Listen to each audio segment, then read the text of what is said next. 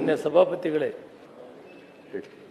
ಮಾನ್ಯ ಮುಖ್ಯಮಂತ್ರಿಗಳು ಕೇಂದ್ರ ಸರ್ಕಾರಕ್ಕೆ ಎರಡನೇ ಪತ್ರ ಬರೆದ ಮೇಲೆ ಪೆಟ್ರೋಲಿಯಂ ಮಿನಿಸ್ಟರ್ ಸರ್ಕಾರಕ್ಕೆ ಒಂದು ಪತ್ರವನ್ನು ಬರೆದು ಸುಮಾರು ಕಮರ್ಷಿಯಲ್ ಸಿಲಿಂಡರ್ಸ್ 20% ಮಂಜೂರು ಮಾಡಿ ಕಳಿಸಿದ್ದಾರೆ.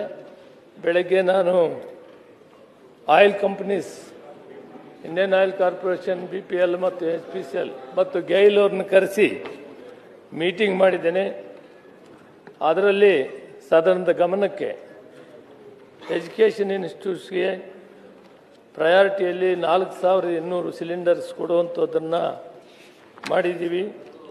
Government PSC, canteens, airport, railway, bus ಸ್ಟೇಷನ್ಸ್ಗೆ 1200 cylinder, restaurants, dhabas, hotels, industrial canteen, food processing industry, Nandini, Indira canteen, dairy ಮತ್ತು ಕಾರ್ಪೊರೇಟ್ ಸ್ಪೋರ್ಟ್ಸ್ ಹಾಸ್ಟೆಲ್ ಫೆಸಿಲಿಟೀಸ್ಗೆ ಸುಮಾರು 10,000 ಸಿಲಿಂಡರ್ನ ಹೋಟ್ಲಿಗೆ ಸೇರಿ, ಹೋಟ್ಲಿಗೆ ನಾವು 1,000 ಇಟ್ಟಿದ್ದೀವಿ, ಅದು ಉಪಯೋಗ ಆಗ್ತಾ ಇರಲಿಲ್ಲ.